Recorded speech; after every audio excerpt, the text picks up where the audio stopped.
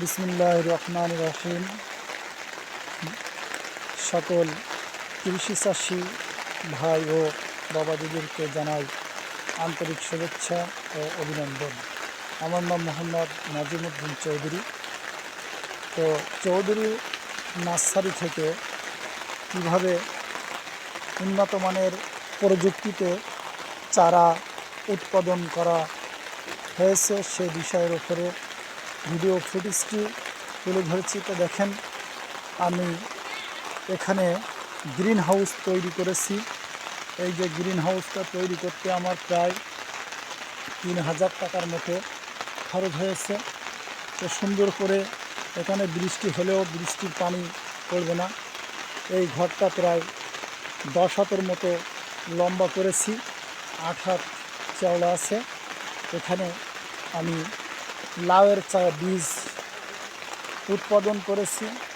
Germination করে আজকের 3 দিন পর আমি ভিডিও ফুটেজটি আপনাদের কাছে তুলে ধরতেছি। আমি 17 তারিখে লাউয়ের বীজ এখানে দিয়েছি। আজকের হলো 21 তারিখ। তো প্রায় আজকের তারিখ দিয়ে হয় 4 দিন, কিন্তু এখানে জার্মিনেশনের বয়স হচ্ছে মাত্র 3 দিন।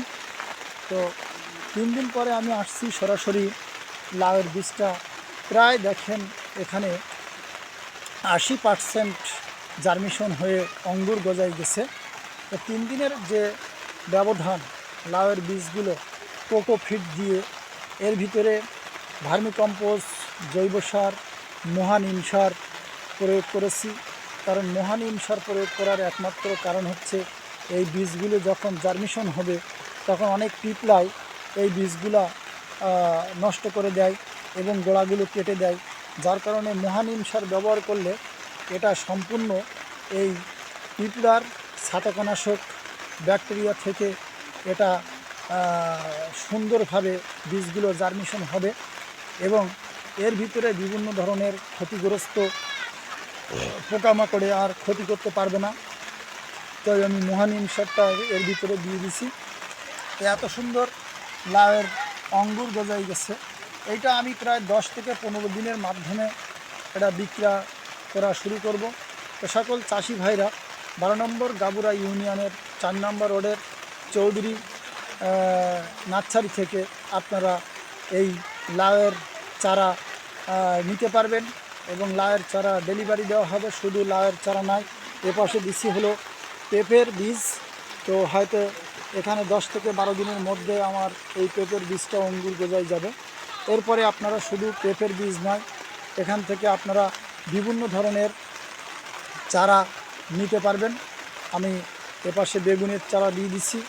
তো ঝালের চারা, বেগুনের চারা, ওলকপির চারা, টমেটোর চারা, যতগুলো চারা আপনাদেরকে দরকার এই উন্নত মানের প্রযুক্তিতে এই চারা আমার কাছ থেকে নিতে পারবেন। শুধু তাই না, এই চারাটা আপনার একটি চারা মারা যাবে না। এই চারাটা সুন্দরভাবে আপনি মাটিতে লাগালে এই চারাটা আর মরবে না। এটা যেরকম মাটির চারা টেনে যখন আমি উঠাবো চারাটা শিকড় ছিঁড়ে যাবে, মাটিতে লাগতে দেরি হবে, কিন্তু এটা মাটিতে লাগতে দেরি হবে না। এর ভিতরে যে এই ফিডটা দেখছেন, এই ফিড এভাবেই চারাটা উঠাই আপনি লাগাই দিবেন। দেখবেন যে আপনার চারাটার সাথে সাথে মাটিতে 24 ঘন্টার ভিতরে লেগে যাবে, চারাটা হাসবে না। এবং এই চারা আপনার মাটির চারা ফল হতে যদি 2 মাস লাগে, এটা লাগবে মাত্র 45 দিন। কারণ চারাটা মাটিতে যেই আস্তে করে তার শিকড়টা চতুর্দিকে লেগে যাবে এবং চারা হেলবে না, দমবে না বা এর গ্রোথ নষ্ট হবে না। এই জন্য আপনারা এটা দ্রুত আপনি এখান থেকে ভালো ফলাফল পাবেন এবং রোগ প্রতিরোধ থেকে সুস্থ থাকবে। কারণ এখানে একটি পোকামাকড় আসার মতন কোনো সিস্টেম নেই। চতুর সাইড দিয়ে নেট দিয়ে সুন্দর করে এই লাউয়ের বীজ উৎপাদন করার জন্য, চারা উৎপাদন করার জন্য এই গ্রিন হাউসটা আমি তৈরি করেছি। তো সকল চাষিরা অবশ্যই বুঝতে পারতেছেন যে এই উন্নত মানের প্রযুক্তিতে এখানে ট্রেতে কোকোফিট দিয়ে বিভিন্ন রকমের ভার্মিকম্পোস্ট, জৈব সার, মহানিম সার এগুলো দিয়ে কোকোফিট দিয়ে ট্রেতে চারা উৎপাদন করেছি, উন্নত মানের চারা। তো যাদের যাদের চারা প্রয়োজন অবশ্যই আমার কাছ থেকে যোগাযোগ করে, যোগাযোগের ঠিকানা চৌধুরী বাড়ি, গাবুরা ইউনিয়ন 4 নম্বর ওয়ার্ড।